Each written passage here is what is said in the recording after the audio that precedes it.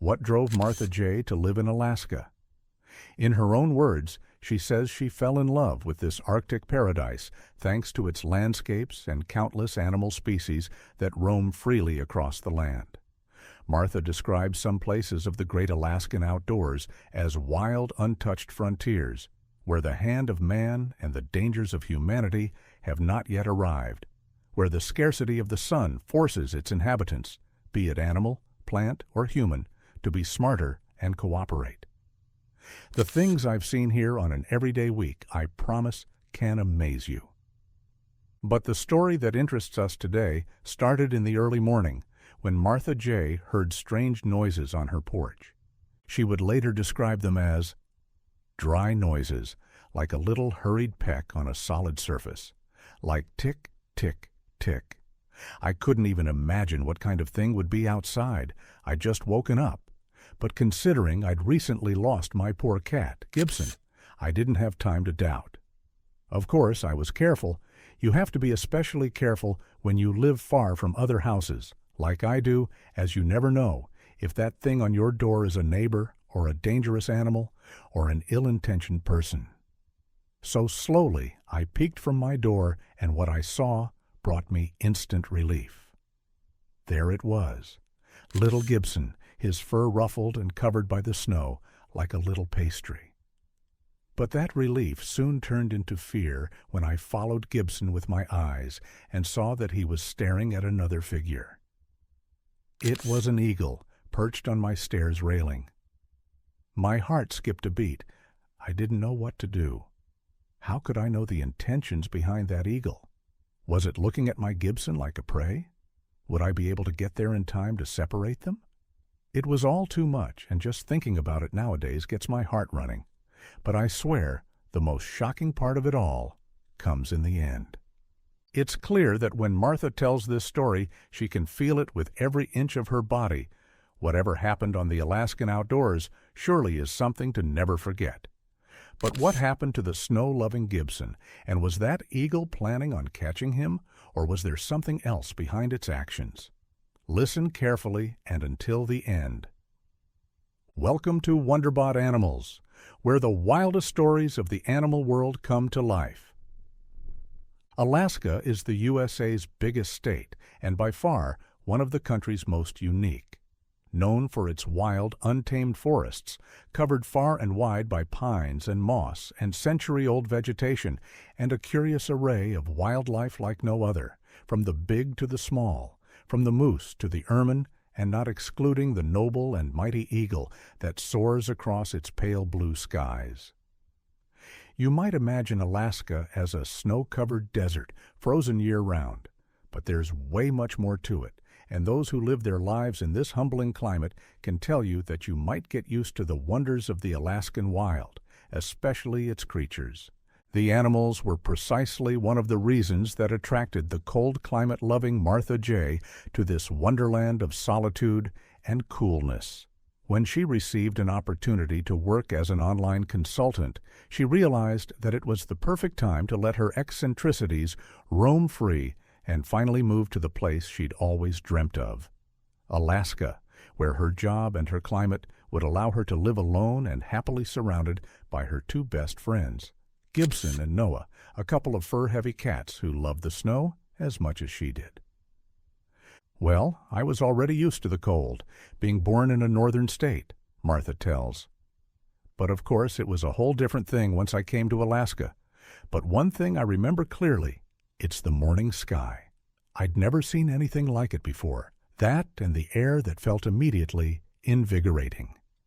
Here, I'm living in a fish town, so it's not unusual for me to see all sorts of animals around the zone that are on their way to take some fish for their families. And I really mean it when I say I've seen a bit of everything. Martha tells us with a fond smile that one of the animals that had her the most shocked were the foxes, which she described as a strange and smart mix of a dog and a cat and a crow. Many times she'd woken up in the morning only to see a family of foxes walking outside her home, sniffing around her door, or returning to the forest after noticing that they'd been seen. But if I had to speak about an encounter that definitely changed me, that would be the eagles that live on the top of a dead tree half a mile from my place. She recalls, I was more used to seeing eagles only on the beach side, hunting for fish with ease, or far from where humans lived. They are careful and intelligent animals, but the very sight of them can fill you with optimism. I think I was driving back to my home the first time I saw them. It was the early afternoon. Suddenly, I had to stop. There was something blocking the road. It was a large and proud bald eagle that was trying to open its wings in order to fly again. But it couldn't. That eagle wasn't able to take off, and I began to worry, as the animal lover I am. I stepped out of the car and greeted the animal. "Are you hurt?" I asked. Of course I didn't expect an answer, but you must know that speaking to animals with a low, calming voice is important to create a feeling of trust. I looked at the eagle and tried to approach, looking for any wounds or signs of an accident. But the eagle stopped me with a screech. It filled its chest with air and seemed bigger. It's pretty scary, hearing an eagle screech at you. It ran and flapped its wings once again. And this time, it didn't have a problem reaching the top of a dead tree. I followed the route of the eagle and found a nest. The eagle was guarding its territory, making sure that nobody would ever hurt its children. It was a first impression I would never forget. And that just some months ago, I never thought how important that encounter would become for me, especially considering the situation with Gibson. Although Noah and Gibson, Martha's cats, were of a similar age, their attitudes couldn't be more different. Where Noah was lazy and preferred the warm interior of a house, Gibson was an adventurer that felt the most realized after returning home with a coat of snow on top of his fur. Martha made sure of taking good care of them, feeding them every day so they wouldn't try to stray too far from home. But still, Gibson's rebellious nature was guilty of playing with Martha's heart from time to time. What worried her was the fact that quite some time had already passed and there were still no signs of Gibson. She says, "He has his moments. Sometimes he gets too carried away by chasing a bird or going after a scent. That's normal, but he had never gotten lost for such a long time. I wasn't able to rest well those days. I could barely work and sleep, thinking that my poor Gibson was somewhere out there in the cold. Every day I tried to leave a bag of his favorite cat treats outside of the porch, hoping that he would smell them and come back. But I guess those treats must be really good, because I had all sorts of animals coming to take them away. Foxes, deers, wildcats. I even think I once saw a bear not too far away from my home. So I had to stop doing it. I didn't want to break any rules by feeding the wildlife, so I could only pray that Gibson would remember the way back home. By the time Martha had stopped putting cat treats on her porch, some visitors had already become used to the zone where she lived. Among them, the previously mentioned family of bald eagles. Martha says that having them nearby was a relief of some sorts. I don't know why, she tells us, but whenever I saw them flying gracefully over the trees of my area, I felt some sort of hope. I decided to understand their presence as something positive. With time, those eagles too stopped acting overcautiously around Martha. Of course, they kept their distance, mostly by standing on the highest part of the trees, but they didn't fly away immediately whenever they saw her. She decided to think of that as an opportunity to distract herself by returning to one of her old hobbies, photography. For a while, she immersed herself fully in the art of capturing the majestic quietness of the Alaskan outdoors, and sharing her pictures with her local community often got her lots of praise. Her secret, she reports, just following the eagle's flow. Whenever she had the time, she would grab her camera and her warmest clothes and walk all the way to the eagle's nest, where she would meet the ones she had started to affectionately call her teachers of the landscape. For starters, the first half an hour of her session would be dedicated to framing the eagles in all their grace and power as they soared around the skies and looked at her with pride. But she also was interested in catching their tender moments as they shared the nest, protected the eggs, and rested. She would wait and speak with them, telling them all of her worries. It didn't matter if they were actually able to understand me or not, Martha says. But sometimes you just need someone to listen. And anyways, it was strange, but I really could feel as if they were listening to me. Martha reports that one of the eagles would part almost always after half an hour, and then she would follow. She says that the eagles knew routes that no one would ever imagine on their own, and following them on their hunting routes brought her to unique landscapes and scenarios that felt as if only her and the eagles were aware of their existence. Martha caught the fish in the river and squirrels jumping midair.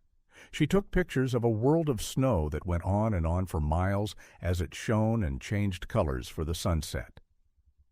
Many times her eagle teachers were the protagonists of her pictures, acting as natural movie stars that showed grace and strength in their every move as they hunted for fish or hares. And at the end of the day, whenever she returned home, a part of her really hoped that she would find Gibson lying in his favorite couch. And in case that didn't happen, she began to tell herself that at least Gibson was moving freely in his favorite landscape, enjoying it as much as Martha did. At night, she says, she even started dreaming of exploring the wilderness and taking pictures. It was wonderful. I could almost feel my worries disappear as I entered that world, white as a canvas. I felt as if I was truly living in the present, ready to shoot my camera at the rustle of the leaves or at the smallest agitation of a bush. In fact, now that I think about it, I could almost swear that I almost caught a picture of Gibson while he was still lost. And now, back to that morning, Martha, who reports she hadn't slept too well, would wake up dazed and groggy to the sound of metallic pecking. Peck, peck, peck, peck. She looked at Noah. Her other cat was sleeping peacefully over a blanket, so she didn't even think of waking him up. Martha stood up and walked on her tiptoes to the door. Peck, peck, peck, peck. The noise was starting to worry her. Was it raining? No, that would be impossible. The sound of melting icicles? Not in this season. So she either thought that it would be a neighbor knocking on her door or an animal that had gotten trapped in her porch, somehow. None of the options really convinced her, so carefully she opened her door and took a look at her porch. There was nothing really strange about it at first sight. The front of her house was covered by snow. The trees and the sky were the same on the horizon, and as usual, Gibson was following his routine of taking a morning walk and... Gibson! Martha's drowsiness disappeared immediately as the sight of her cat on her window brought her back to reality. It's funny now that I think about it, Martha tells us. I was probably more scared than my baby Gibson. After having spent so many days on the outdoors, surely he was so tired, and my screaming didn't help a bit. Was that perhaps why he looked so tense? I don't know how he managed to last so long on the outside. Probably he found another home near the town, or maybe he could have slept on a burrow. I don't know, but when I found him, he was tired and hungry and was scratching on my house's bin. But that wasn't the noise that had woken me up. I remember very clearly that the sound was more of a peck, and Gibson was trying to open the lid of the bin just in the same way he did everything, quietly. And that was when Martha looked around and found an unexpected visitor on the stairs railing. Peck, peck, peck, peck, again. And there it was, resting on top of the railing, a young bald eagle, pecking on the railing, looking tense and ready to flee at the arrival of the woman. Martha could tell it was a young eagle because its head hadn't whitened yet. The bird of prey was only a bit taller than her cat, but despite its age, it was still a healthy and powerful specimen. It didn't take long for Martha to make the connection. It all fit too well. That young eaglet surely was part of the nest that Martha had been visiting for a long time, part of the family of their photography teachers. I think that I had already seen that eagle before, but I wasn't too sure, Martha tells us. At that moment, I felt very frustrated, too.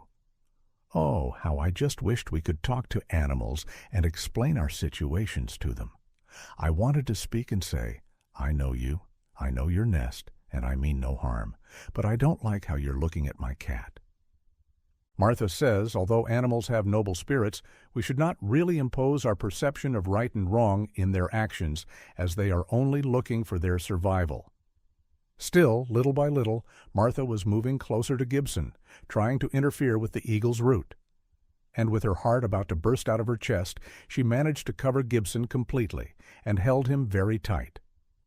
The cat was cold but confused, as if he didn't feel any ill intentions coming from the eagle. And the strangest thing of it all was that the eagle didn't move either. Martha's jump had startled the bird, but instead of flying away, it stood still and made eye contact with Martha and her cat for a while. The Alaskan woman reports that she didn't know if a second or a minute had passed, but the time she locked eyes with the young eagle felt like an eternity, as if she had been chosen by that family of birds, and as the bald eagle flew back to its nest, Martha says she felt liberated, freer than ever, and in connection with nature. The afternoon after that encounter, Martha made sure to take her cat to the vet so they could examine Gibson and give him some vitamins. While waiting, she realized that the town's community was hosting a photography contest centered around the landscape and the local wildlife. It was the perfect opportunity for Martha to share her pictures. But the most amazing thing came while she was going through the photographs, and she noticed how many times the eagle that had just visited her porch appeared in the nest with its family. Thanks to her efforts while exploring, Martha had arranged a great collection of photographs, and most of them showed the delicate side of the bald eagles, not only their might and hunting capacity, but also their tenderness, intimacy, and responsibility as they cared for their eaglets throughout their different phases. As Martha finishes telling us this story, her eyes shine as if she's living through it all once again. The worries and the fear, the excitement and the clarity. I swear I can feel it all once again. Alaska has changed my life for the better. Here I live. Experiences in my everyday life that most wouldn't be able to dream about. And even though some people say that it might be lonely, I disagree. The Alaskan outdoors are wide and go as far as the eye can see. But if you know how to look for the right company, then you will never be alone. Every day I wake up surrounded by Gibson and Noah, my dear cats, and at least once or twice a week I pay a visit to the teachers that have not only taught me about photography, but about life. The bald eagles, I might never know what happened to Gibson while he was lost, and I might never know what the young eagle was trying to tell me while we stared at each other. But my life is going in a good place, and that's all that matters, Martha says with a smile as her story comes to an end. Isn't it incredible how even good things can come out of such tense and dangerous situations? Surely that's not the last time we'll hear of Martha and the Alaskan outdoors, so stay tuned and don't forget to follow our channel for more animal news.